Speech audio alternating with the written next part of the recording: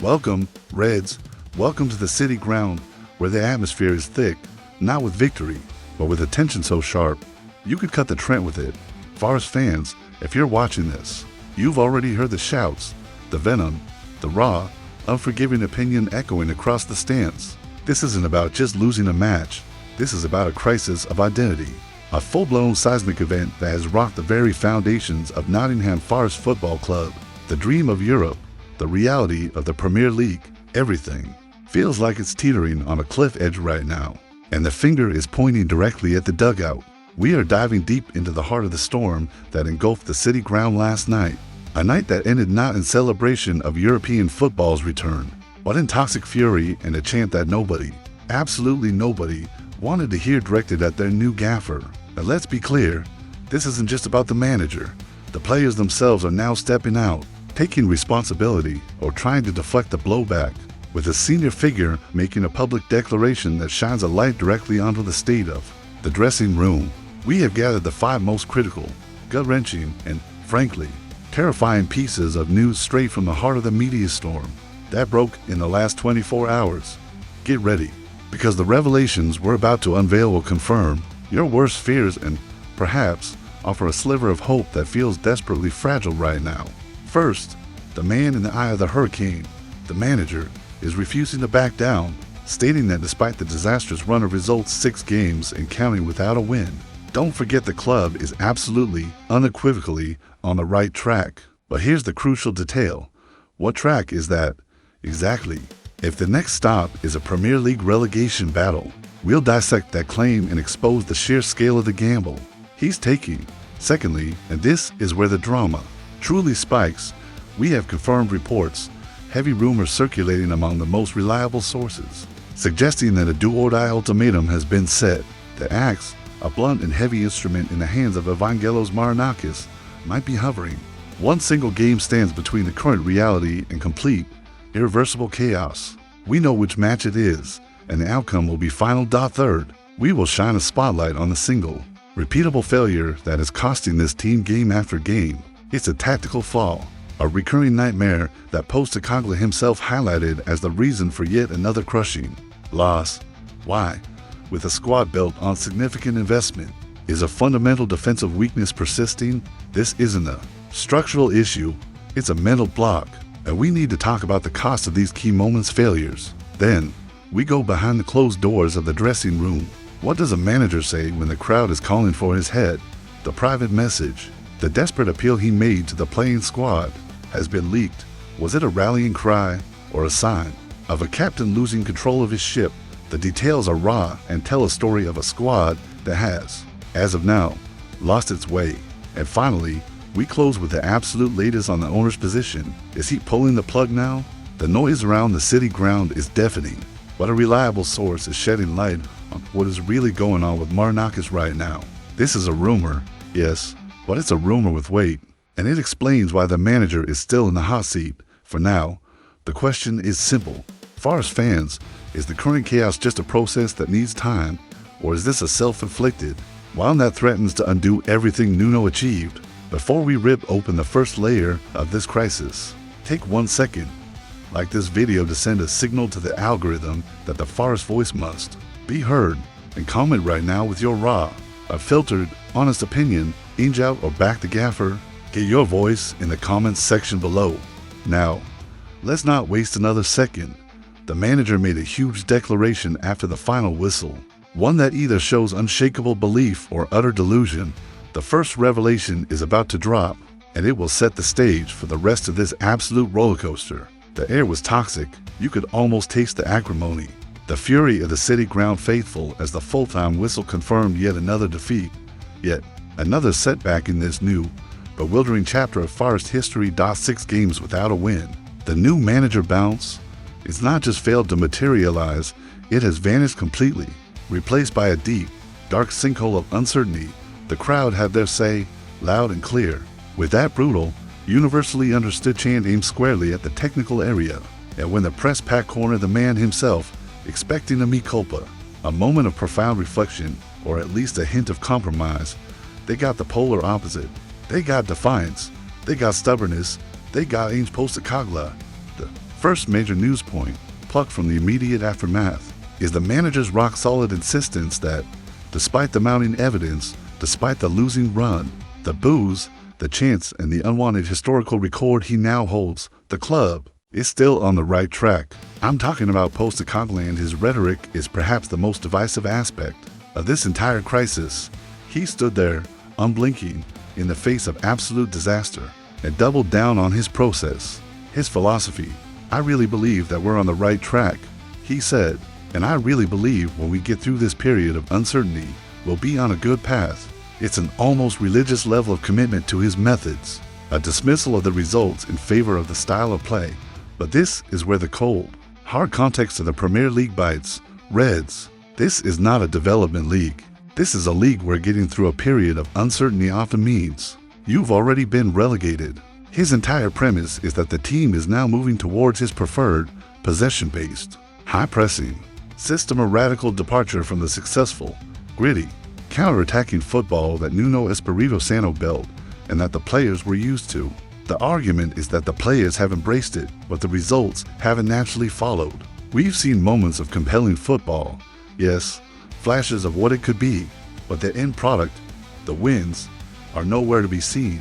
The psychological impact of this insistence cannot be overstated. When a manager tells a fan base and a dressing room repeatedly that they are heading in the right direction, while their car is simultaneously plunging into a ravine, it creates a massive schism. Does this unshakable belief inspire confidence, or does it breed resentment? A feeling that the manager is prioritizing his ego and his dogma over the immediate, desperate need for points. Remember, this is a manager who was already met with skepticism by a large segment of the support, who were loyal to Nuno. He needed an encouraging start to convince the doubters. Instead, he's provided the opposite. His defiance now serves only to fuel the counter-narrative that his style is too slow, too passive, and has stripped Forest of the counter-attacking edge that made them so potent last season. This whole situation is a high-stakes bet placed by Postecoglou against the patience of the City Ground faithful and, critically, against the notoriously trigger-happy tendencies of the owner. He believes the tide will turn. He believes the style will bring success. But how many more losses can he absorb before the right track suddenly becomes the unemployment line? Here's the gut-check question. Forest fans, are you seeing enough positive signs in the way the team is playing to genuinely believe Ange is on the right track? Or is this just managerial self-preservation? I need your take. Comment now. Process or pretense? If Ange thinks he can ride out this storm simply by repeating the mantra of the process, well, he might want to listen to the bombshell coming next, because the boardroom rumor suggests the club's hierarchy has already drawn a brutal line in the sand. If Ange Postecoglou believes his job is safe just because he's talking about a process, he might want to check the calendar and the fixture list, because the cold, dark reality of top-flight football management is that faith only lasts until the next final whistle. And the next final whistle for Forest will sound the end of a match that has suddenly become the most important 90 minutes of Postecoglou's tenure so far. It's no longer about getting his system across. It's about sheer, brutal survival. The second massive news story circulating in the last 24 hours is a potent rumor, but one reported by sources close to the club who understand the inner workings of the Evangelos Marinakis regime. I am talking about the whispered but highly credible rumor that the manager's position could be subject to an immediate review during the upcoming international break if the result against Newcastle United this Sunday is not positive. A positive result. Think about what that means at St. James Park. A draw would be miraculous right now. Given the form, a win is a fantasy, almost. This rumor places a sword of Damocles directly over Ange's head, giving him a maximum of a few days to prove his defiance isn't a delusion. Why this sudden, fierce ultimatum? It ties directly back to that toxic scene at the City Ground. The sight of Marinakis watching from the stands, witnessing the acrimony and hearing the sacked in the morning chants, is a critical piece of this puzzle. An owner who has already shown impatience, who sanctioned the controversial removal of the European qualifying Nuno Espirito Santo, will not tolerate open revolt. The defeat to Midtjylland was merely the final, embarrassing public proof of a failing experiment. The appointment of Postecoglou was always a gamble move to replace the pragmatism of Nuno with an unpredictable, high-risk manager. It was a stylistic choice, but style doesn't pay the bills or guarantee Premier League status. Now, the rumor suggests the owner is ready to admit the mistake quickly, perhaps even before the next match. The timing of the international break is the key tactical element here. It provides a clean, 2-week window for the club to make a change without disrupting the immediate fixture schedule. If Forest lose convincingly on Sunday, going into the break on a 7-game winless run, with the fans chanting the old manager's name and the new one making unwanted history, that review will likely turn into a farewell. Think of the pressure that now rests on the shoulders of the players. They aren't just playing for 3 points. They are playing for the job of their manager, a job that many of them, according to reports, were initially skeptical about. The Newcastle game is now a referendum on Ange Postecoglou's entire philosophy at Nottingham Forest. What happens if they get a draw? What happens if the performance is spirited, but they still fall short? The source said a positive result. That ambiguity is exactly what creates the tension, the immense pressure that will be present in every single challenge at St. James Park. This is a crisis of confidence meeting a potential crisis of management. Reds, this is the stark, terrifying truth facing the club right now. If we lose to Newcastle, do you believe Marinakis will pull the trigger during the international break? Is the gamble on Postecoglou's process already over? Comment with a, if you think this is Ange's final game if they lose. But to avoid this fate, Ange needs to fix the real problem. The one he himself called out. The one that's structural, tactical, and utterly infuriating. We're turning the spotlight onto the pitch now. When a manager is under this much pressure, his post-match comments are not just sound bites. They are a diagnostic report, a desperate attempt to pinpoint the source of the rot. And Ange Postecoglou, in his immediate reaction to the defeat, delivered a diagnosis that should worry every single Forest fan, because it reveals a problem that should have been fixed weeks ago. The focus shifts now from the politics of the dugout to the tactics on the pitch. The manager used words like really poor goals and lamented that his team let ourselves down in key moments. He specifically noted that it has been the story of our last few games. But when the analysts dissected the loss, they found a pattern of failure that is more than just a poor moment. It is a recurring, fixable structural flaw that is bleeding Forest dry. I am referring to the consistent, debilitating defensive frailties highlighted as key issue, specifically the inability to defend set pieces. Midtjylland, a Danish side, scored 2 of their 3 goals directly from set-piece situations. This is not a new problem. It has been a crippling weakness for the team throughout this winless run. When an opponent can score on you simply by placing the ball down and kicking it into the box, it highlights a profound lack of concentration, organization, or desire. Ange Postecoglou himself acknowledged that they knew the threats they provided, yet still failed to deal with them, confirming that it wasn't organizationally, but a lack of desire and determination in those key moments. This is where the manager's rhetoric clashes brutally with the on-field reality. If the process is supposed to be improving the team, why is a fundamental element like defending corners and free kicks getting worse? Is it the manager's fault for drilling a complex, possession-based style while neglecting the basics? Or is it the player's fault for a demonstrable lack of fight when the ball is in the air? The statistics are damning. 2 set-piece goals, 2 avoidable lapses. It completely undercuts any positive passing move, any brilliant solo run, and any of the compelling football Postecoglou claims to be instilling. It sends a message to the opposition: we're technically trying to play total football, but you can just hit us long and score easily.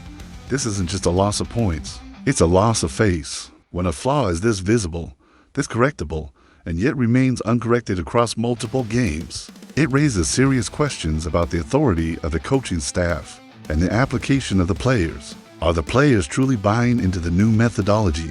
Or are they still halfway between Nuno's pragmatic, defensively sound style and Ange's complex system? The defensive shape is lost in transition, and the concentration levels at key dead ball moments are catastrophic.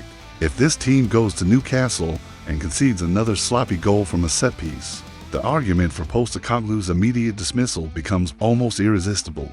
You cannot survive in the Premier League if you cannot perform the defensive fundamentals. It's an existential threat to the club's status. The manager has identified the problem. Now the pressure intensifies 1,000-fold for the team to execute the solution. Tell me, Reds, is the constant set-piece failure a sign of Postecoglou's coaching being inadequate? Or is it a sign that the players are simply not fighting hard enough for the badge? Comment now. Lack of drill or lack of grit? The manager had to say something to the players in the quiet of the dressing room after the final. Ugly chant, and the words he chose. They reveal a man grasping for control in a volatile environment. That conversation is next. When the storm hits, the manager is the captain. And last night, the captain was alone, weathering a barrage of abuse from his own crew.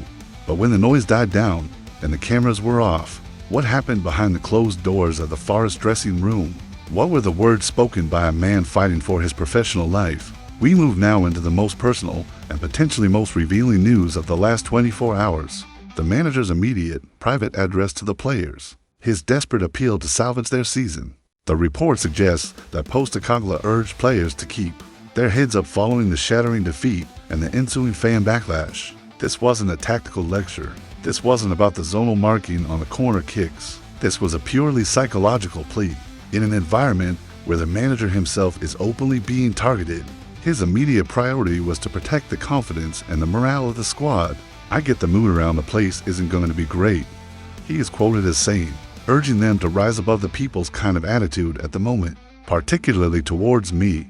It's an empathetic approach, a clear attempt to shield the players from the toxic environment that has rapidly developed. But it's also a double-edged sword.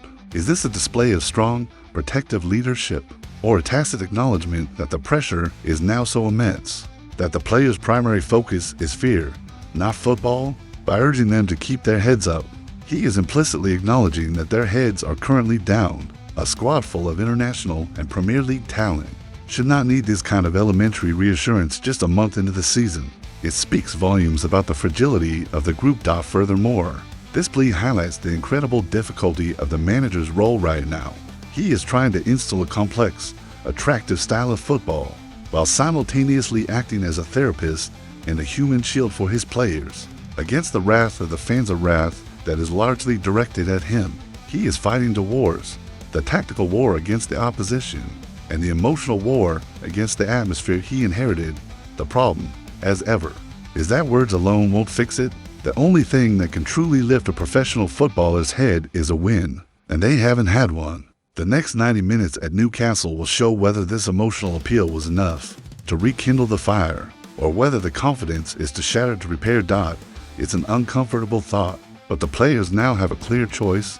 They can either rally around the manager, who is shielding them, or they can mentally check out, convinced that his time is already limited. The reaction of Morgan Gibbs White on social media, where he publicly stated it was down to us as players to put things right, suggests that at least some of the senior players understand the gravity of the situation and are attempting to take back some of the pressure. But does a team that has already lost its way respond to an appeal to keep your heads up? Or does it need a fierce, table-thumping, fear-inducing ultimatum? Postecoglou chose the soft touch. We will know on Sunday if it was the right decision.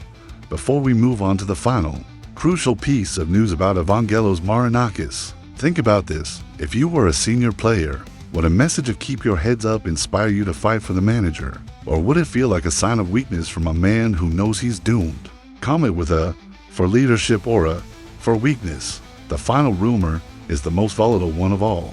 It concerns the owner and why Postecoglou still has a chair in the dugout this morning. We close on the man who holds the fate of Nottingham Forest in his hands, Evangelos Marinakis. The owner, the one who heard the chants, saw the empty seats, and made the controversial decision to appoint Ange Postecoglou in the first place. The atmosphere around the city ground is one of impending change, of a sacking that feels inevitable. But we have a critical counter-rumor, a piece of information that suggests the axe, for all the noise, is not falling immediately, and this explains Postecoglou's survival. For now, the final major rumor of the day is that, according to reliable sources, Postecoglou's job is not under immediate threat as of this morning. Despite the public outcry, this is a rumor from the Guardian's Will Unwin, but it comes with a massive caveat. The source confirmed that, while there are no plans to sack Ange Postecoglou today, the owner's unpredictable nature means that things can change quickly. What does this mean? It means the pressure cooker at the city ground is still simmering, not exploding. Marinakis has not yet sanctioned the irreversible decision. He is giving the manager a stay of execution. This patience, however, is a cold, calculated one. It's not an act of faith. It's a holding pattern. confirming the context for the ultimatum we discussed earlier. The owner, a man known for his decisive and often ruthless approach, is clearly hesitant to pull the trigger so soon after making such a high-profile, expensive change. Sacking Postecoglou now would be an admission of a massive failure in the club's sporting project, a signal of instability to the entire Premier League, and it would undoubtedly intensify the supporter loyalty and calls for Nuno Espirito Santo's return. The cost of a sacking is more than just compensation. It's the cost of reputation and the complete breakdown of confidence among the squad. Marinakis appears to be waiting for the international break, using the Newcastle match as the final public trial by fire. He is waiting for definitive proof that the process is broken beyond repair. So, Postecoglou has been granted a temporary reprieve. He is lucky to get a second month, as one pundit put it, but he is in a toxic mess where any further drop in form will make his position entirely untenable. The manager is walking on a tightrope, and the Newcastle match is the last few feet. If the owner had already decided, the sacking would have been executed in the immediate aftermath of the Midtjylland defeat. The fact that it hasn't happened is the only source of hope for Postecoglou, but it is a fragile, conditional hope. This moment defines Nottingham Forest. Are we a club capable of sticking to a long-term plan, even when it's painful? Or are we destined to remain trapped in a cycle of instability and panic, defined by the owner's unpredictable decisions? The next 72 hours, culminating in that trip to Newcastle, will answer that question with brutal honesty. This isn't just about a manager's future, it's about the soul of this football club.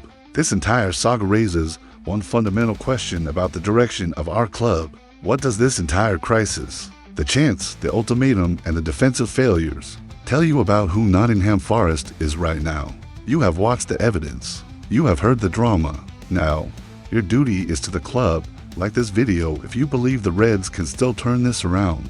Comment below with your final verdict on Ange Postecoglou's future. Subscribe for the final, immediate reaction to the Newcastle match result. Will the players heed their manager's appeal? Or will the looming threat of the sack completely paralyze the squad on Sunday?